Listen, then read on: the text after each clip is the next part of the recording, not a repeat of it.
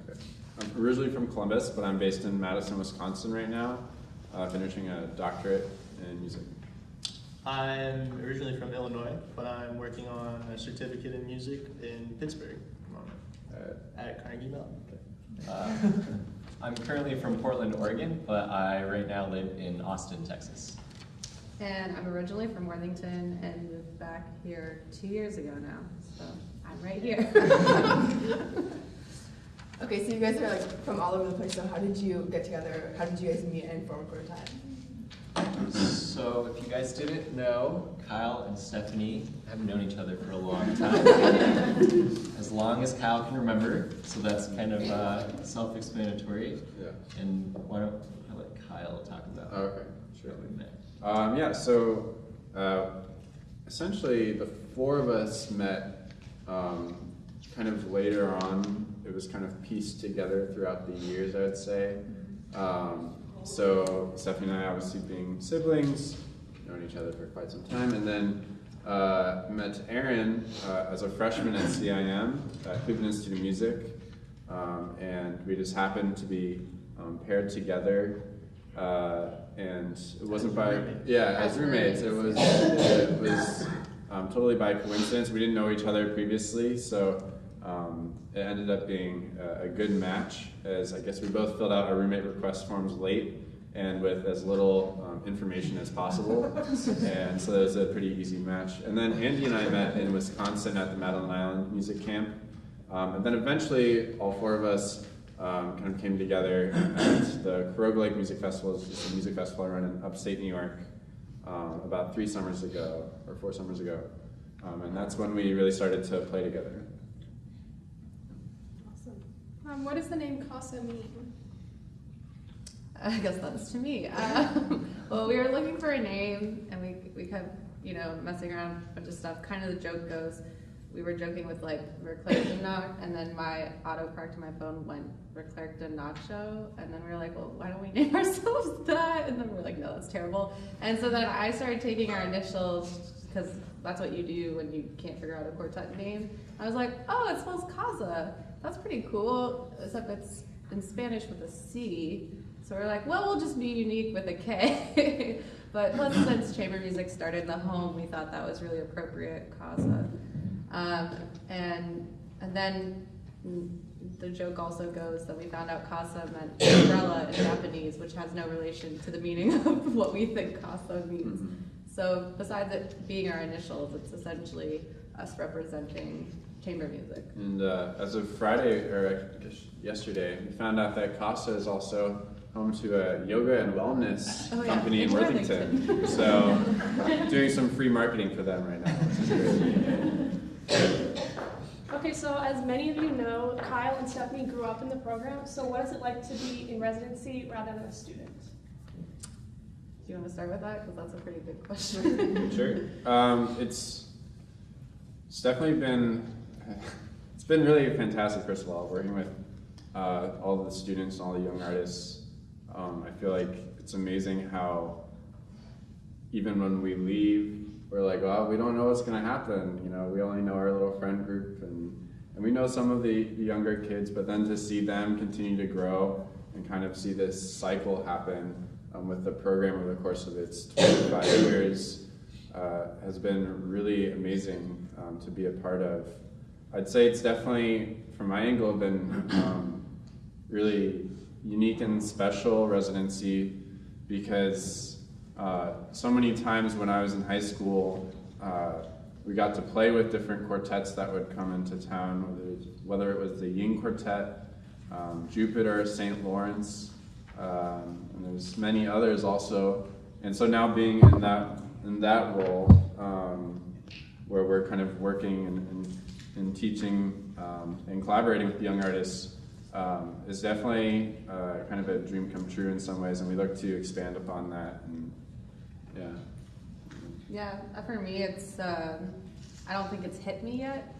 I'm still kind of like going with it, because being an administrative assistant in the program currently, I'm so used to being that behind the scenes person who's running around getting coffee and making sure all the music, and thank goodness for Lane, because I had to step back this time, put myself in the performance seat and the teacher seat, which was great because it's something I've always dreamt of doing and do within CMC, but not in this kind of forefront, especially with some of my best friends sitting next to me playing chamber music, which is what I love.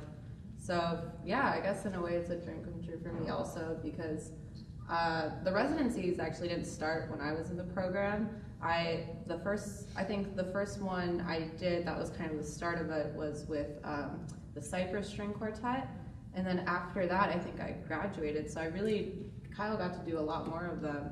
So for me to come back and be able to, you know, have all my students say that they've played with these artists, and now that they've said that they've played with me, I think is really exciting.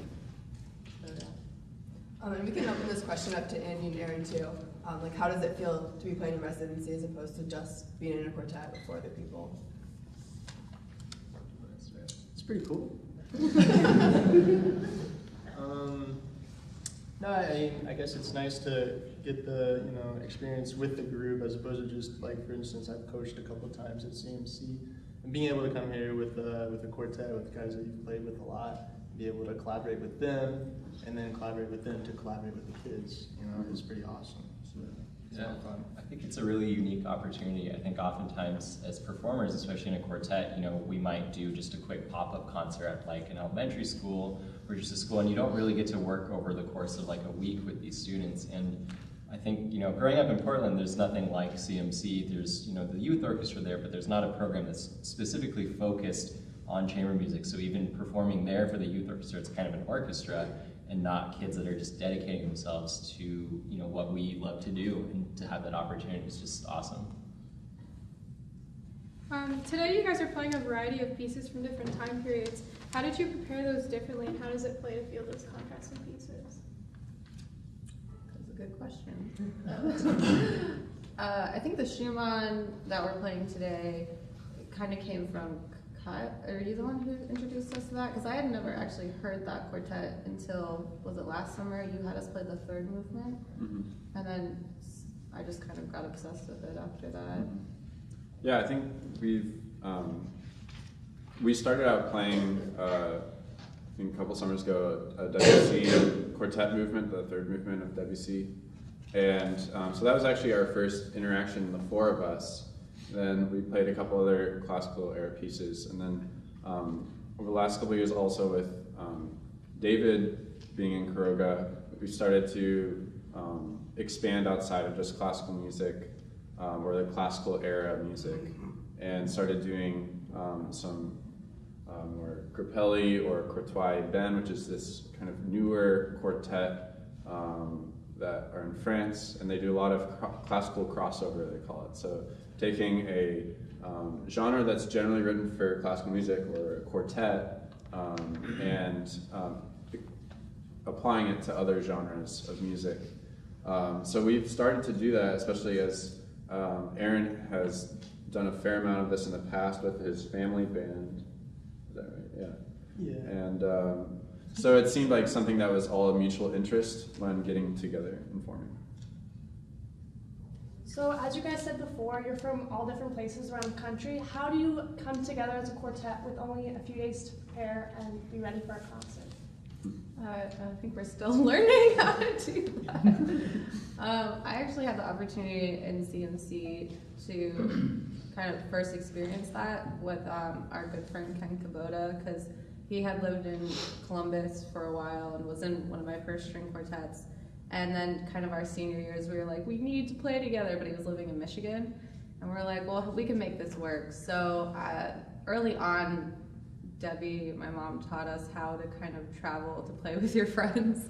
And I think that's something that we were all just willing to commit to.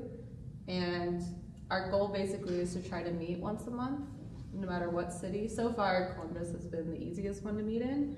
But with this winter weather, we're all hoping to go to Austin sometime soon. But yeah, I think, I think the hardest part was deciding the repertoire. We had a lot of phone calls, a lot of, we do that Facebook Messenger talk all the time. So it takes a lot of planning, and we're still planning. We were just talking about what we're gonna do for spring and summer, and it's just an ongoing process. And I think that even with quartets who live in the same city, I hear about the same things. Like, they're all doing multiple projects, they're all traveling with their families or for other things. So it's just, I think, an ongoing process of us trying to figure out where we are and when we can be together, pretty much. What advice would you give to like the students here, or any young students who are hoping to pursue a career in music? One of you guys want to take that? I would say if you have any interest at all in music, just go for it. I remember in high school, I was trying to balance between music and academics and sports, and I thought that I didn't really want to do music, but then as I decided, I should just take this opportunity and see what happens. And once I, finished my first year, I went to Rice University for my undergrad. I just kind of fell in love with music all over again, being surrounded with such like a tight atmosphere of people that love music as much as I did. Really kind of inspired me to get where I am today. And yeah, I think I had never really been exposed to anything other than just like classical music, and meeting Kyle and David and Aaron, who kind of showed me all these different paths of really what classical music can be, kind of made it super fun for me again. I'd also say to explore outside of music as much as you can, as much as you do inside of music as well. Because a lot of times you go and you just have this idea that you gotta practice a lot and you gotta study a lot and do all these things. But all your life experiences will translate into music and vice versa. So if you want to do track, or you want to do some other crazy things, you're interested in movies, or you're interested in like writing, books and stuff like that, go for it. And if you come back to music in the end, or if you don't, but if you do, it will translate. Both will translate. So I think it's important to not tunnel vision yourself. I remember Aaron and I, when I think it was our sophomore year, we started kind of getting the process of every week doing the same thing in college, and That phone call. we All right, we'll say that. Okay, another story. But we were so kind of engaged in the process, and every week you have the same classes, and we're studying, we're practicing, we're doing what we're supposed to do, and but we felt, I feel like, a little bit through the semester that when we didn't have much to say. We had some things to say, but it was becoming more unclear the more that we just did this and stayed in this little bubble at the building. And so every Sunday we're like, all right, let's go out. Let's go to the art museum. Let's go somewhere around Cleveland.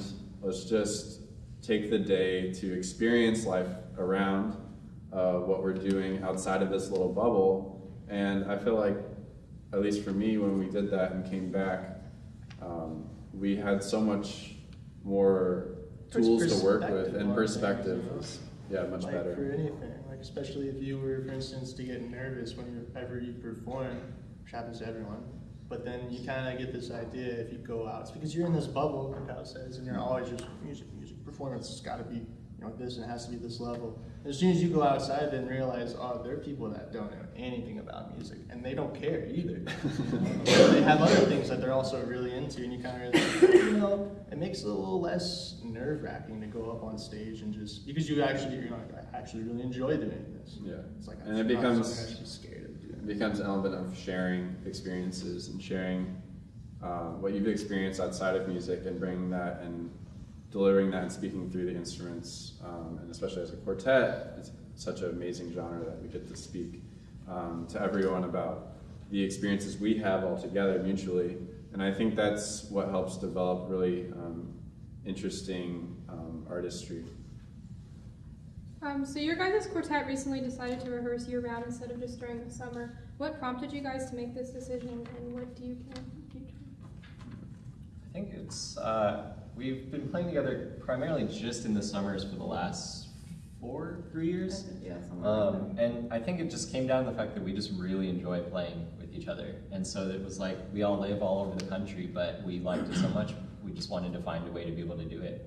And so we just we had to do, like Steph said, just tons of planning in advance to find, oh, this one weekend works, does this work for everyone else, and kind of make these sacrifices just to commit to it, and it just made it happen.